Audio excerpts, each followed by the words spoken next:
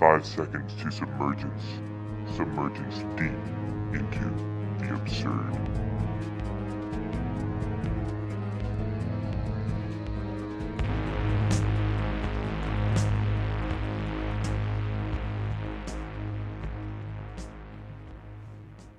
Alas, I've done it. I've invented a machine that will be praised by man for millennia to come. It shall be worshipped by him as he would worship a god. In fact, it might be so irrevocably immense that the very idea of it will destroy and send to oblivion all other gods from the mind of man.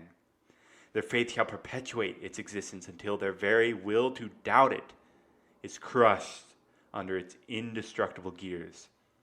It will give man far more than he needs, allowing him to finally, for once and for all, cultivate the earth in its entirety. And what is it you will call this machine, this slayer of gods? I will call it civilization. What will it cost? Every last soul on the face of the earth. It's a little snippet I wrote, I think a few months ago. I was feeling a little down about the way things were going. Not only in my life, but in society, in civilization. And perhaps maybe I was projecting my own ill-willed mind onto the rest of the world, but at the same time, everyone does that, right? I was told as a child that hunters and gatherers often starved to death and lived only until around their mid to late 20s. It was only until recently, and I'm 23 by the way, that I found out that this quote-unquote fact was a mere statistical average. It was gathered because, well, the rates of infant death are far higher for tribal groups, because infanticide is an extremely popular thing. And the death of infants in general is extremely popular.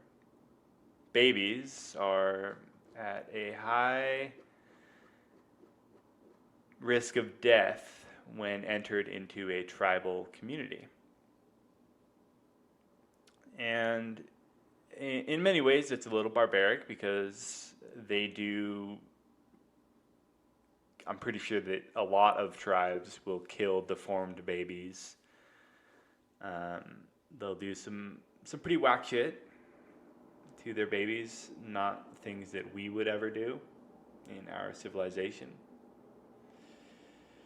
But there is something else that happens with these tribal groups, is that some of them, and obviously our ancestors, because we all evolved, or not evolved, but we all have ancestors that were in tribes, right? One thing that's interesting is that if you do survive infancy and childhood, you'll live just as long as any ordinary person in modern society.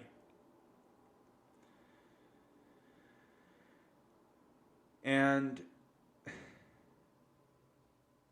that's an interesting fact, or I guess statistic, because it shows how immensely almost redundant civilization is, in the sense that it doesn't help you live longer, and it certainly doesn't help you live happier. Now, I was likewise told that tribal people possess no morality. We're extremely unhappy and unhealthy, and had to constantly work to get food. This is just not true. It's not that tribal people don't have morality, but rather they had no use for it. Being kind, giving respectful, loving, non wasting, these are natural inclinations.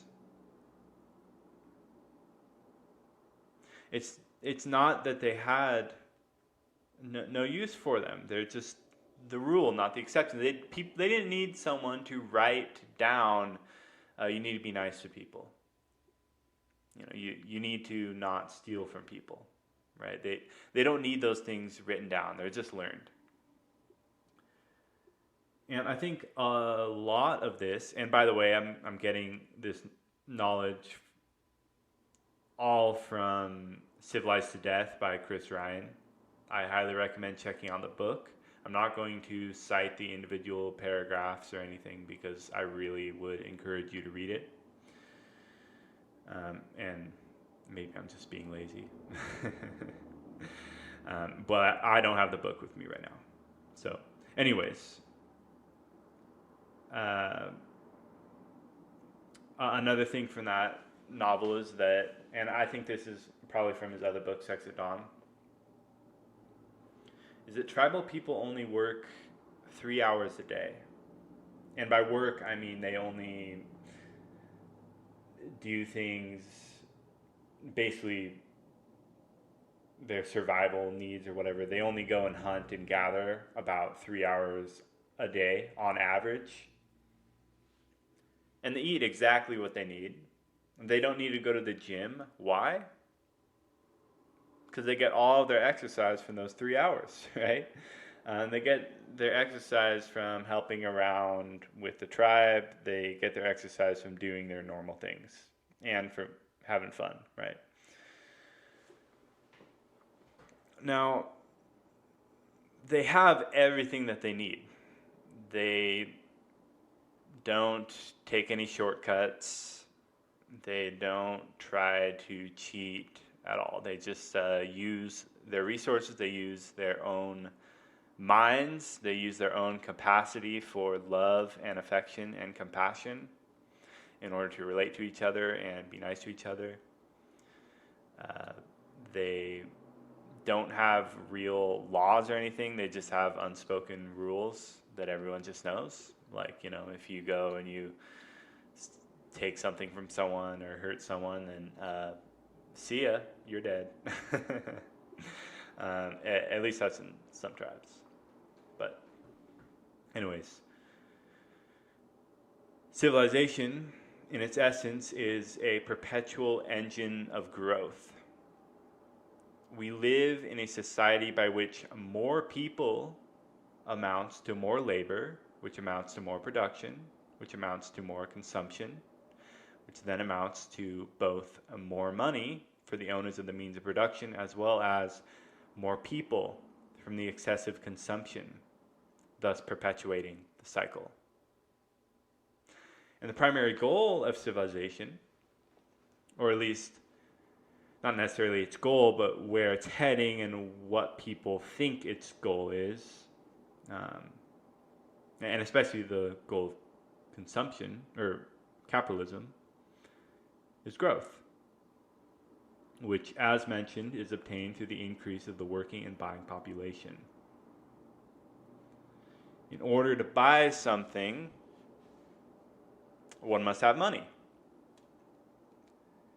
And unless you're handed all that money, this requires a job or some damn good thinking, right? Damn good ability to recognize an opportunity when it's there. And some hustle, obviously. Or some luck. But in order to have a job, one must have lived long enough within the capitalist society to be able to acquire the skills necessary to make money. This generally requires a parent that can raise a child and provide for them. This, too, is only possible if the parent has money. And obviously, a lot of other aspects, right? The list goes on. And to make matters worse, the workers of civilization generally spend more time working than they do attending to their own wants, desires, passions, and even the people that they love.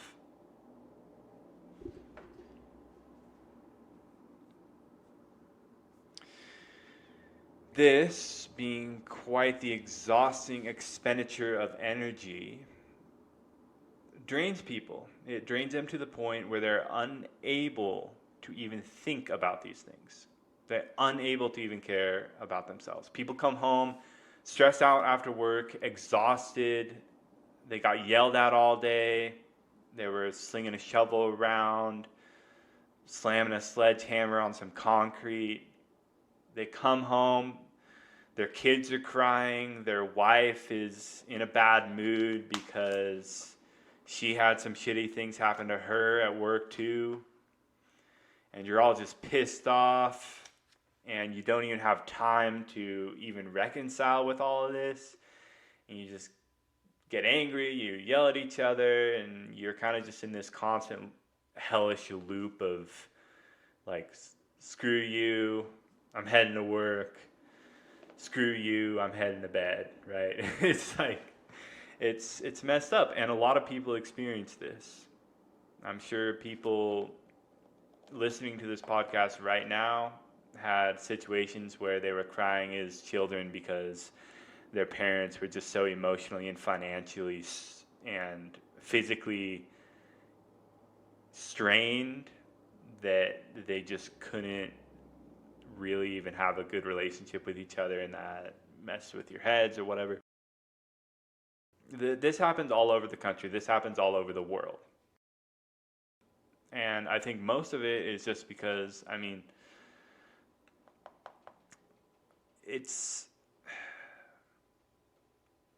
I don't want to call working slavery, because I mean, I have a job, and I think people should have jobs. I think 100% you should get a job.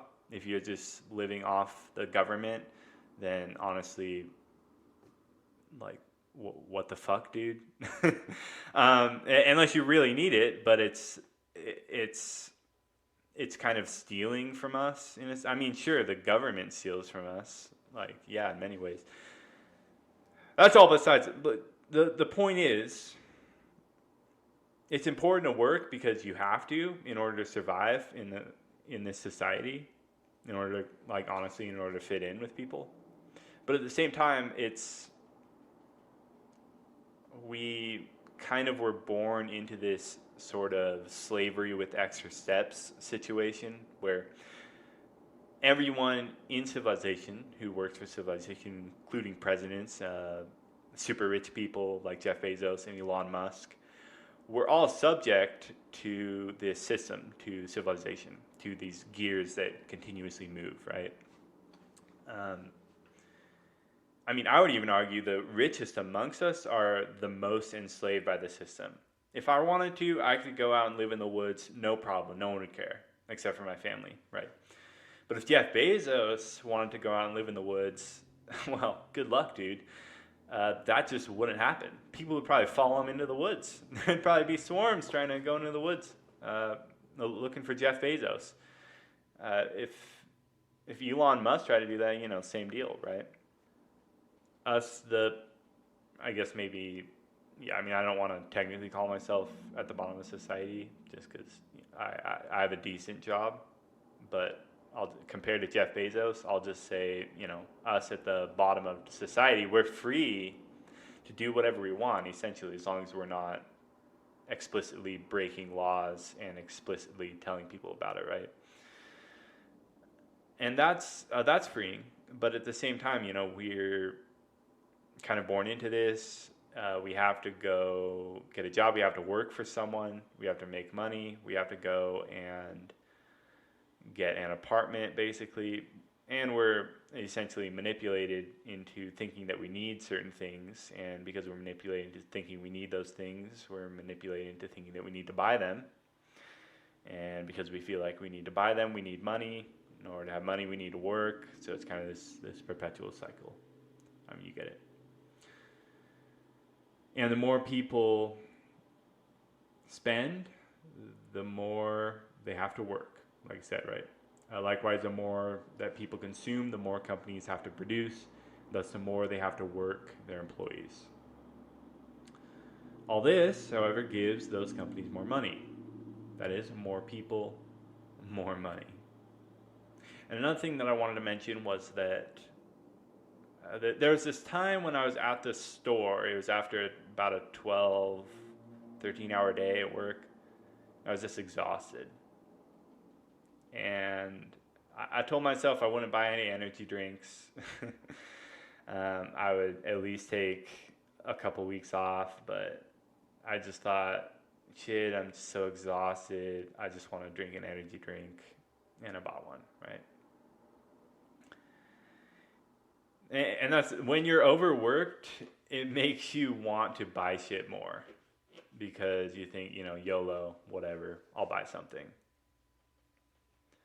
And that's very unsettling because, there's all these people who have these shitty jobs, and after they get done with their shitty job, they just want to go have some beer or smoke cigarettes or whatever, right?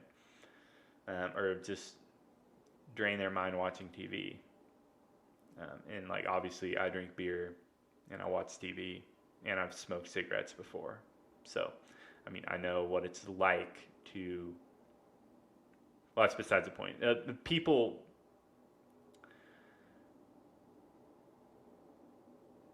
when life is shit, you end up making it shittier because you can't think straight, you're tired, you're exhausted, and you just want to binge after work and relax and feel good for once in the freaking day, right?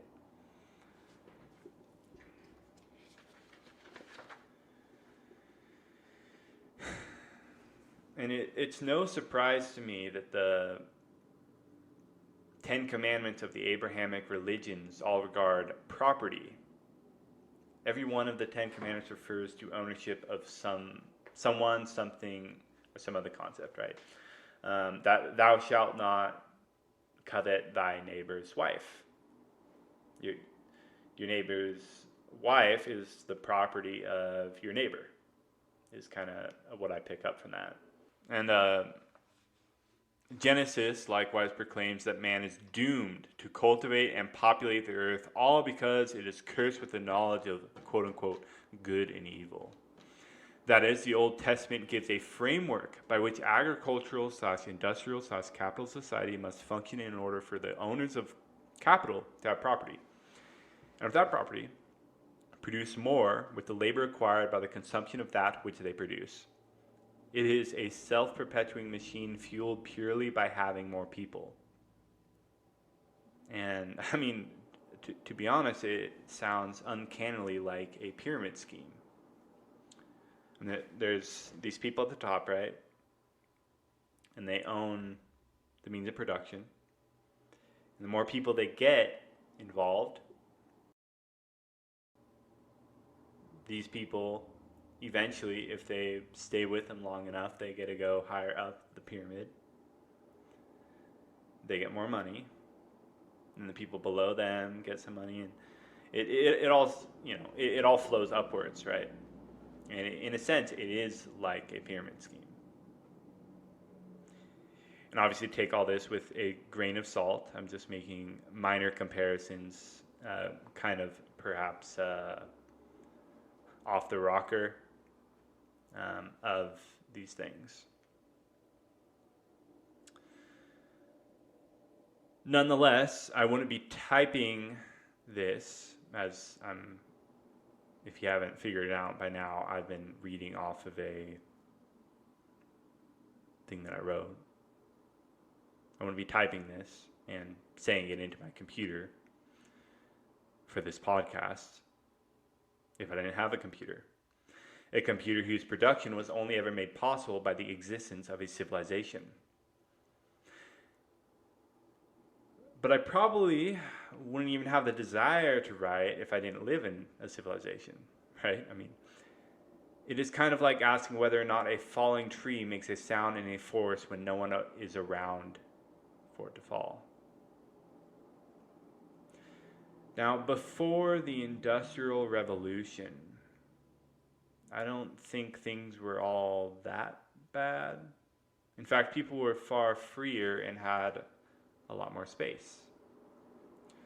The Industrial Revolution, however, increased the amount of time people spent working, while also increasing production and everything else in the self-perpetuating cycle of civilization.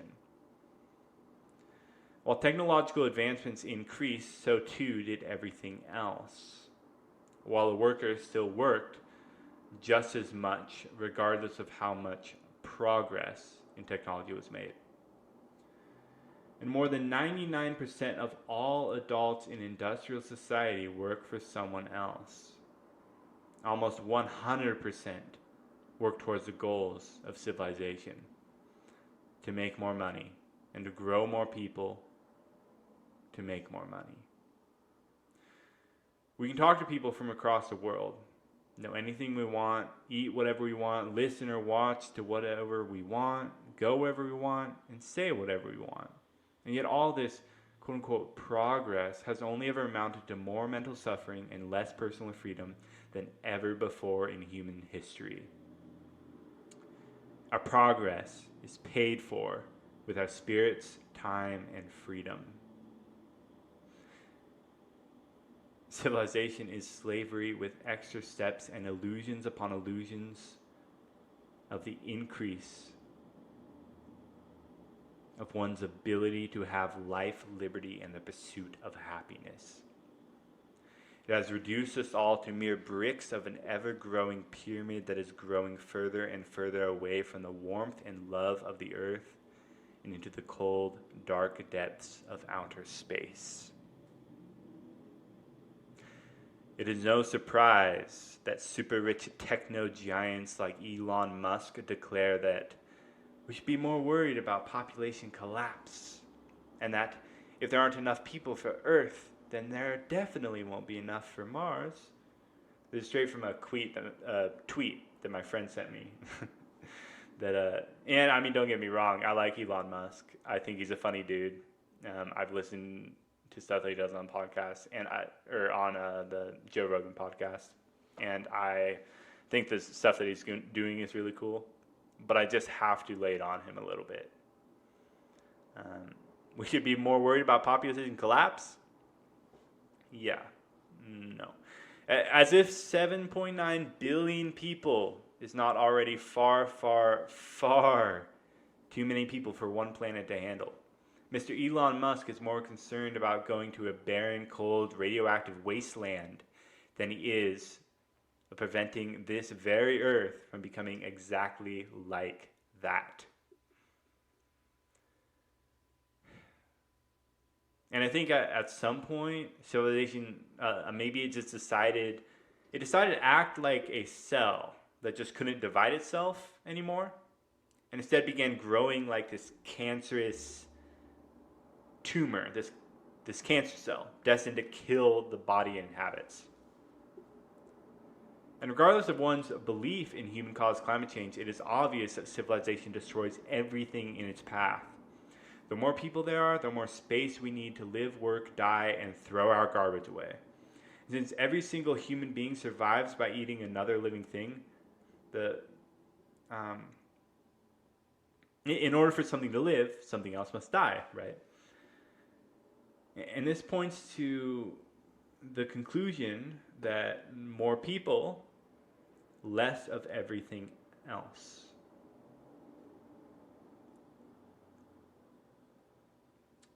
So yeah.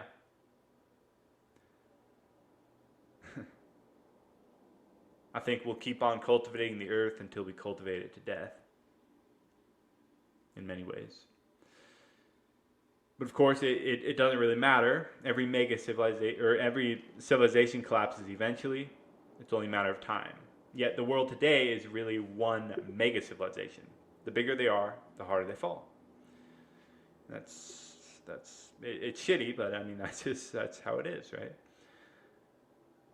So a couple grasshoppers are cute, and they make for some nice noise in the evening. However, a swarm of locusts,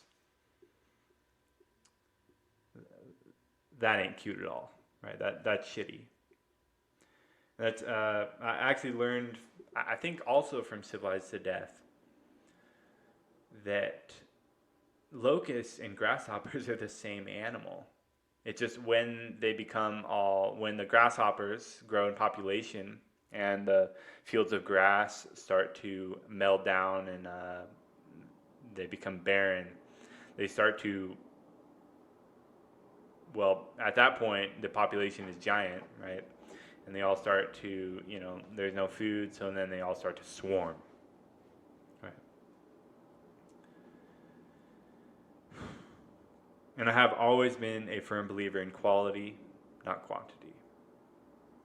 More people does not at all equate to more happiness and fulfillment. If anything, it equates to the opposite of such. Regardless, even if our population decreases, it will only be a replacement of us with AI. Anything that fuels the machine goes. 21st century pessimist, philosopher, and horror writer Thomas Ligotti wrote The Conspiracy Against the Human Race in 2010, in which he proclaimed that life is not only meaningless but useless. After all, if we use the AI so much that we ourselves become useless to ourselves, then yes, life is useless. I mean, who today uses their life anyways? Though who am I to tell you the perils of civilization? As I type happily on my computer, powered by electricity, drink tea that was packaged in a factory, and wear clothing that I bought at a department store. Quite frankly, I'm just another brick in the wall. I'm just another rebellion or an otherwise repressed emotions upon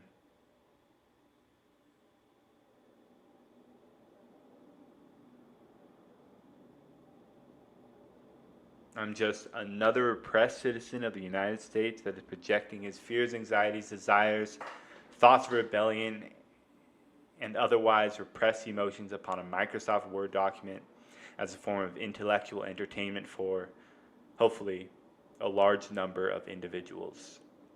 Yet what I write about is avoiding trying to be swallowed up by the masses through the confrontation of death and the love of life, all while I myself cannot do any of these things, and I'm trying to convince massive amounts of people to be individuals.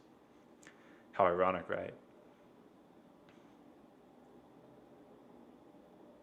It is almost a cognitive dissonance of sorts. I write in order to convince people to stop being convinced by people, though I would not consider someone human if they did not act against their own intentions. After all, we live only to die, right? I have the disdain for civilization, even though it is inevitable that civilization will collapse. And even though I've lived my whole life in civilization, right? And maybe I just want what I can't have. After all, I'm a happy guy. I have a good job. My life is good. But that doesn't mean we shouldn't criticize it, right? The Genesis from the Bible, the Ten Commandments, these things are amazing, right? I mean, the Ten Commandments, that's revolution. Like, in any civilization, you need laws, and the Ten Commandments were laws, right? That help people not kill each other, right? And there's lots of stories from the Bible that are amazing. That was just one, perhaps, negative interpretation of it, right? It's important to criticize things. Now, the pessimist nihilist has a disdain for life, much like I have that disdain for civilization, even though this nihilist can end their life anytime they want. At the heart of this disdain and hatred for life is an intense repression of the fear of death, I think. In all reality, it is not civilization that is the problem, but rather the fear that civilization will end. We humans, enslaved by the fear of the end of all that is quote-unquote good with the world, grow to hate our lives. And because of this hatred, are too afraid to do anything about it. With that said, the change that keeps us from facing this fact of death, this inevitability, that keep us feeling like we are in a prison faced with either suicide or rebellion are plentiful and come in many forms. If there is one thing to be said about civilization as it is today, is that it only ever strengthens and tightens these chains. Indeed, what other purpose does civilization have than to repress death in bulk?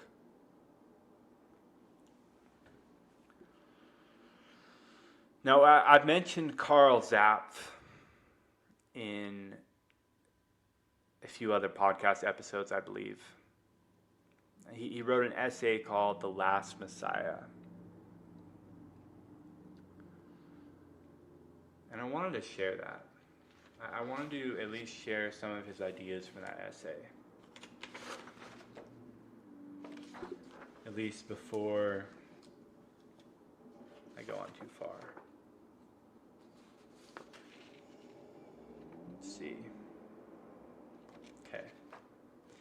In his 1933 essay titled The Last Messiah, Norwegian philosopher Peter Zapffe theorized that one must limit the contents of their own consciousness in order to bear the absurd nature of existence, the fear of death. That is, the experience of human consciousness is so torturous and painful that one must limit it in order to prevent an otherwise inevitable suicide. And maybe I'll actually go to the real document. See if I have it on here. Yep. Okay, The Last Messiah. I'll read the first little snippet. One night, in long bygone times, man awoke and saw himself. He saw that he was naked under cosmos, homeless in his own body. All things dissolved before his testing thought, wonder above wonder, horror above horror unfolded in his mind. Then woman too awoke and said it was time to go and slay. And he fetched his bow and arrow, a fruit of the marriage of spirit in hand, and went outside beneath the stars. But as the beasts arrived at their water holes where he expected them of habit, he felt no more the tiger's bound in his blood, but a great solemn about the brotherhood of suffering between everything alive. That day he did not return with prey. When they found him by the next new moon, he was sitting dead by the water hole.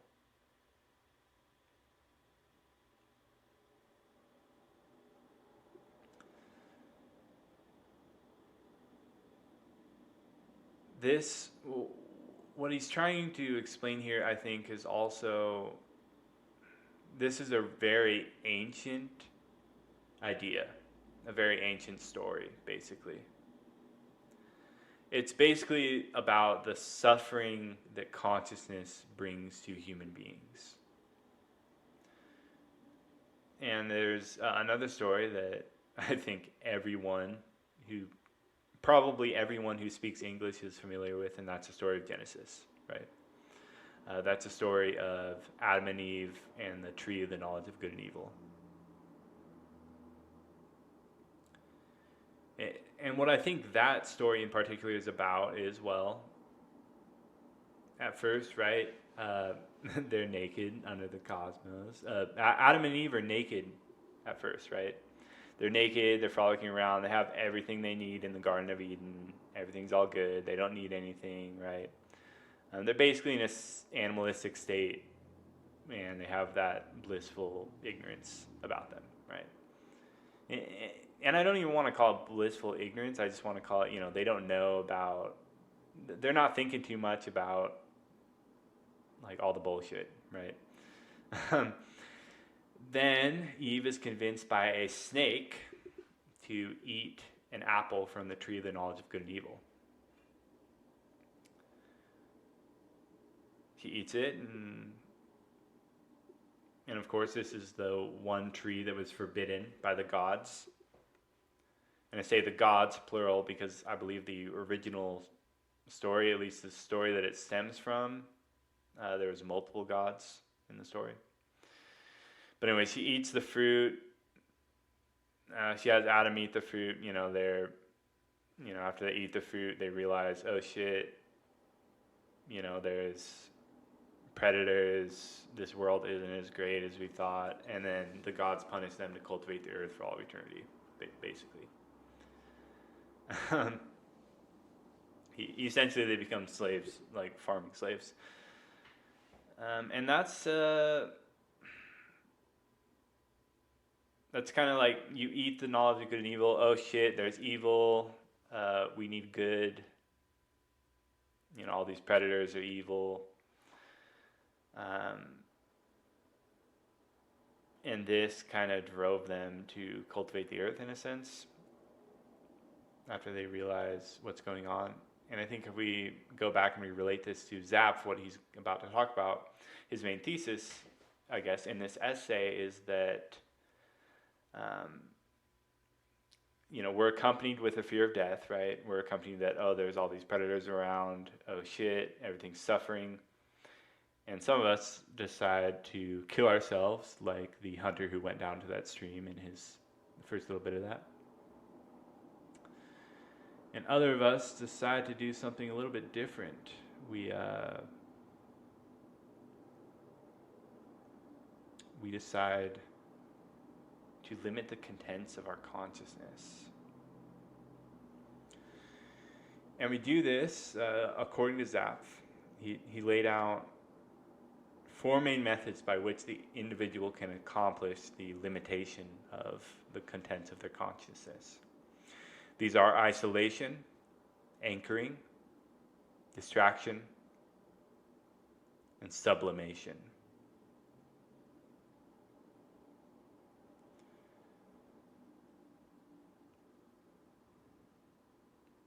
First and foremost, we have isolation. This is when one isolates themselves from the reality of death through delusions and avoidance. According to Zapffe, this is most often seen in the form of an act done towards children. That is, adults often isolate their children from disturbing content and thoughts that are related to the harsher aspects of life, like sex, death, work, right? Emotional problems, drugs, things like that. There's a certain mutual silence that most adults adhere to around children. And I would argue that many adults continue to isolate themselves from death by avoiding certain questions, thoughts, conversations, even certain words and phrases, all to avoid being reminded or reminding others of the absurd nature of existence. And I think a lot of this is just, oh, hey, someone asks you how you're doing, and you say, oh, I don't want to talk about it, right? How do you feel about death? Let's not talk about that. It's the, pushing things under the rug. No, I don't want to talk about that. Isolating yourselves from these subjects of conversation.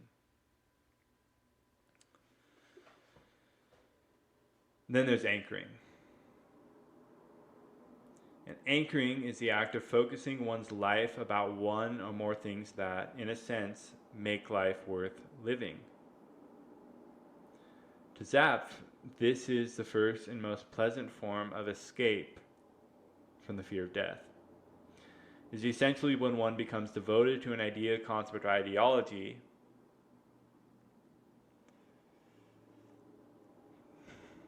that kind of just controls them.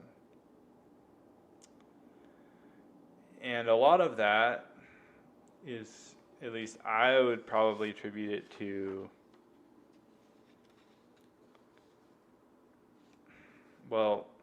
I'd say we anchor ourselves to certain concepts, like I need to have a wife and kids when I'm older, right? Son, I need you to have a grandchild. We anchor ourselves around political parties, right? People will wave their "Yay, Joe Biden" flags or their "Let's go Brandon" flags, right? People will do things like that, right? They'll anchor themselves around a political figure. They'll anchor themselves around their church, which is probably one of the most common ones. They'll anchor themselves around, well, I would say, for instance, family, friends, careers, hobbies, religion, romantic partners, schools, shopping, communism, goals, philosophy, politics, the future, etc. These are all common subjects of anchoring. However, when these subjects are realized to be arbitrary, the anchor is left in a crisis. They're either to find new values or go insane as they stare the reality of death straight into the eyes. Zapffe brings up the example of German officers who committed suicide after World War I. Their value system was destroyed and they didn't really know what to do with themselves, so they killed themselves, right? And anchoring is generally what most societies and groups base their existence around. And it usually leads to wars, right? If you're anchoring yourselves around the Christian church, and things are threatening the Christian church and your country is based off of the Christian church, then yeah, you might go and do some crusades, right? Which is what the Roman Catholic Empire did. And I've seen it where when people lose their anchor, they kind of delve into addictions.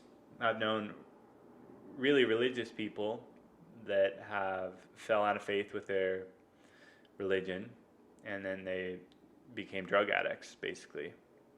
They just couldn't handle it anymore. And perhaps one of the most common remedies for existential dread, distraction, is when one partakes in activities or thoughts that allow them to temporarily forget about death. These include, but are not limited to, drugs, sports, games, dancing, listening to music, reading, watching TV, thrill-seeking, working, building things,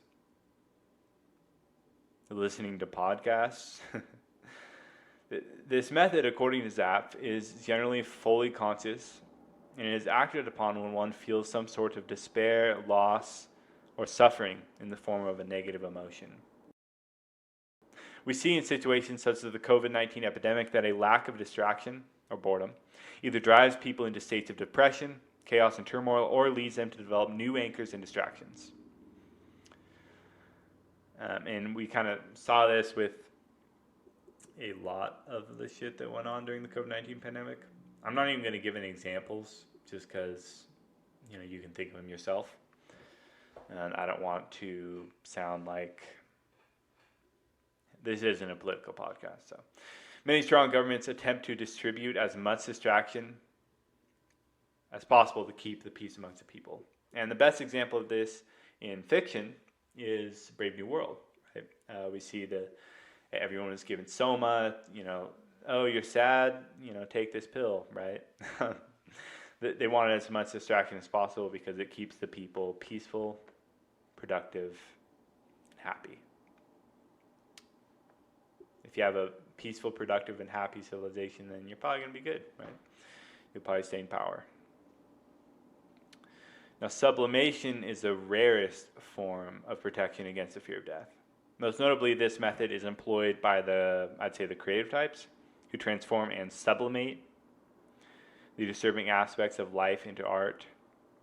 For instance, the podcaster who does a podcast on death and the perils of civilization is one who attempts to evade the fear of death and the perils of civilization by doing a podcast on it, right? I'm actually going to read what Zapffe wrote on sublimation, just so I can give it its full credit. Sublimation. Okay. The fourth remedy against panic is sublimation. It is a matter of transformation rather than repression. Through stylistic or artistic gifts, can the very pain of living at times be converted into valuable experiences? Positive impulses engage the evil and put it to their own ends, fastening onto its pictorial, dramatic, heroic, lyric, or even comic aspects.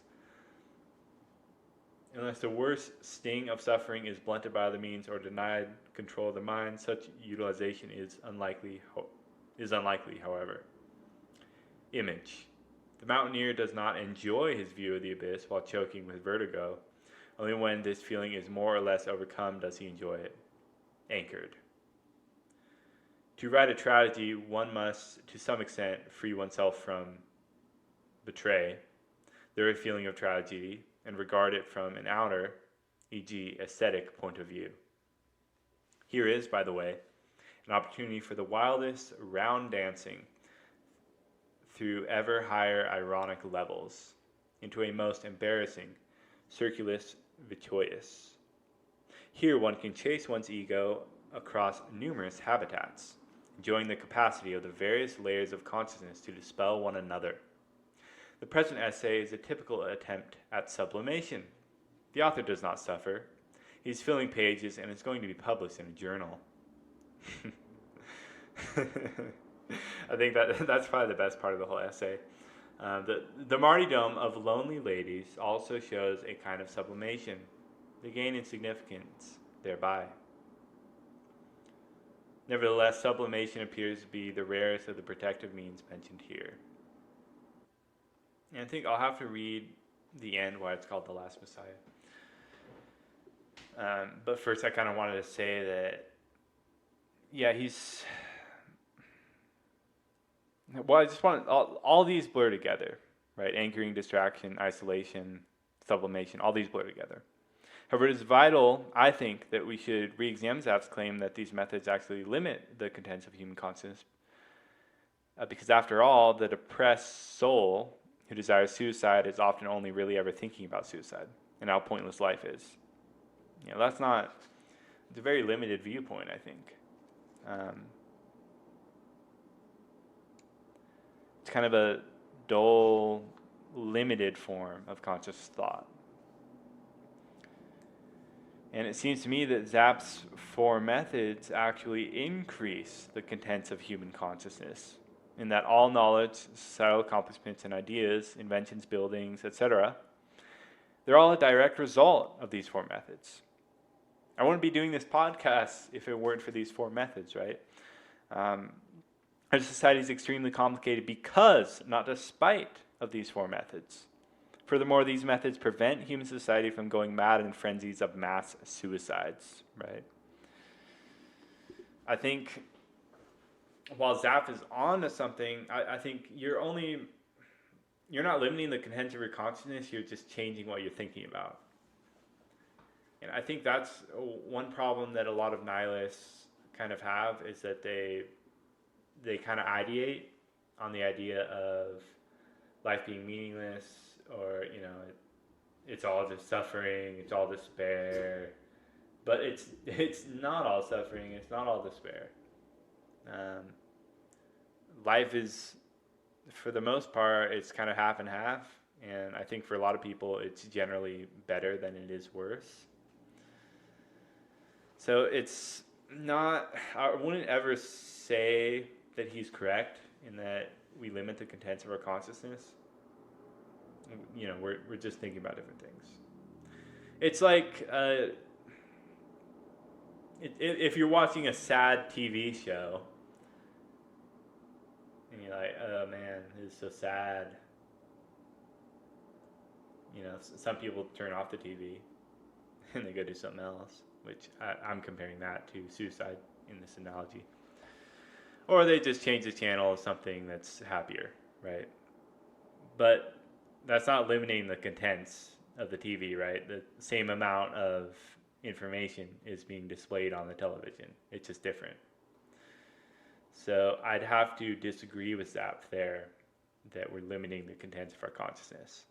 But I do agree that these things exist, at least in some form, and they kind of meld with one another. And I'll read the end of his essay. I highly recommend reading the whole thing, as hasn't really given you much, but He says, if we continue these considerations to the bitter end, then the conclusion is not in doubt. As long as humankind recklessly proceeds in the fateful delusion of being biologically fated for triumph, nothing essential will change. As its numbers mount and the spiritual atmosphere thickens, the techniques of protection must assume an increasingly brutal character. And humans will persist in dreaming of salvation and affirmation and a new Messiah. Yet when many saviors have been nailed to trees and stoned on the city squares, then the last Messiah shall come. Then will appear the man who, as the first of all, has dared strip his soul naked and submit it alive to the outmost thought of the lineage, the very idea of doom. A man who has fathomed life and its cosmic ground, and whose pain is the earth's collective pain. With what furious screams shall not mobs of all nations cry out for his thousandfold death, when like a cloth his voice encloses the globe, and the strange message has resounded for the first and last time. Quote, the life of the world is a roaring river, but earth's is a pond and a backwater. The sign of doom is written on your brows. How long will ye kick against the pinpricks? But there is one conquest and one crown, one redemption and one solution. Know yourselves, be infertile, and let the earth be silent after ye. Unquote.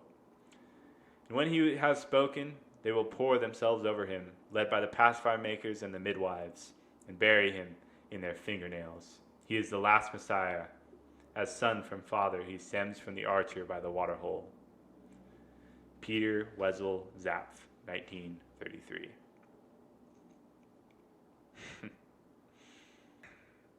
It's just such a good essay for so many reasons. There's something that he said there. I won't go over the end of that and the lineage and everything. That's something that maybe it'd be good if you thought about it. But I like the part where he said, as long as humankind recklessly proceeds in the fateful delusion of being biologically fated for triumph, nothing essential will change. As its numbers mount and the spiritual atmosphere thickens, the techniques of protection must assume an increasingly brutal character. Yep. So what he's speaking to here is that as long as we keep thinking, yeah, we need progress, we need to get bigger, we need to grow better, we need more technology, bigger, better, yes, please, more, the more we'll be repressing ourselves, basically. I think he's applying a correlational rather than causational relationship between the growth of civilization and the repression of death.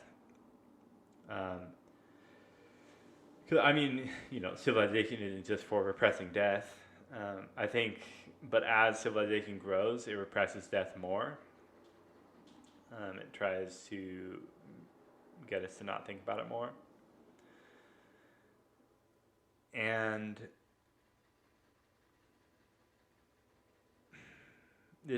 I think this repression, this continued anchoring, distraction, and even sublimation and isolation, all these we repress death, and it makes us deeply unhappy, deeply disturbed, deeply upset in our civilization. And this is a lot of the things that we talked about in the Carl Jung, the Undiscovered Self series that I did with Mina, which I highly recommend checking out. At least if you want to learn about the undiscovered self. In that our civilization, in these huge civilizations, and this is also something that Ted Kaczynski talked about in Industrial Society and its Future. In these huge civilizations, it is very difficult to be yourself. It's difficult not to be controlled and manipulated by everyone else, by the government, by the people around you, social cues, especially today, social media and all these things are kind of coalescing and manipulating us. And I think we kind of need to understand ourselves in order to get a grip on what's going on. But it's hard to understand ourselves, right? It's difficult to dive into who we are, to comprehend what all this is about. But if we do that, Jung says that if we find this anchor inside of ourselves, then we'll be able to avoid being controlled and manipulated by the herd, by mass culture, by society, by social media, by all the, obviously it doesn't say social media, but in the context of the modern world, social media, by all these different things. But how do you discover yourself, right?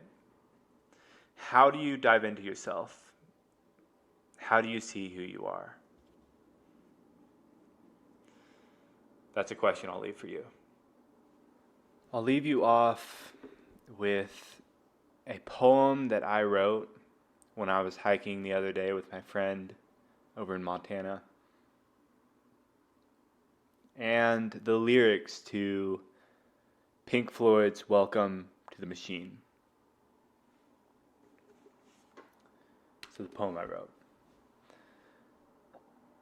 I was staring at a fire at the time while we were up on the mountain. What is burning? What is fire? What is my heart's desire? The world is turning, this land is ours. When will be our final hours? An engine is churning, it sickens the dying. What will come of all this lying? These people are yearning for some other place, not seeing what's in front of their face. Then Welcome to the Machine by Pink Floyd. Welcome, my son. Welcome to the machine. Where have you been? It's all right. We know where you've been. You've been in the pipeline, filling in time. Provided with toys and scouting for boys. You brought a guitar to punish your ma. And you didn't like school, and you know you're nobody's fool. So welcome to the machine. Welcome, my son. Welcome to the machine. What did you dream? It's all right. We told you what to dream. You dreamed of a big star. He played a mean guitar. He always ate in the steak bar. He loved to drive in his Jaguar. So welcome to the machine. Thank you for listening.